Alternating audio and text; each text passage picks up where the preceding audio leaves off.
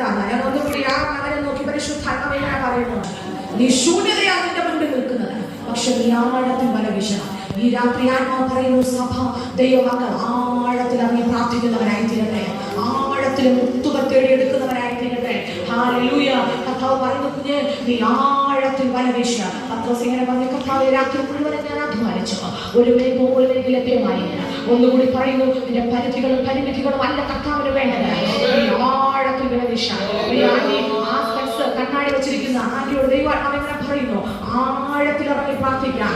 ആഴത്തിലിറങ്ങി പ്രാർത്ഥിക്കുമ്പോൾ ഒന്നുകൂടി ആത്മാവ് പറയുന്നു, ഇത് ഞാൻ പറഞ്ഞുകൊണ്ട് നിൽക്കുമ്പോ ഈ ദൈവാത്മാവ് എന്നെ കാണിക്കുന്ന ഒരു വെളിപ്പാട് ഞാൻ തരാം.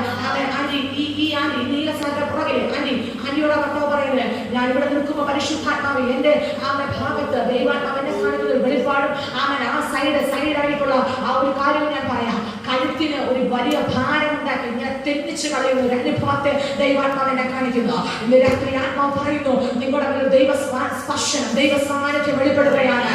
ആഴത്തിലുള്ള പ്രാർത്ഥനയ്ക്കകത്തേക്ക് എവിടെയൊക്കെയോ കൂടി കിടക്കുന്ന ചില വിടുതലുകൾ നിങ്ങൾ പ്രാപിച്ചെടുക്കാൻ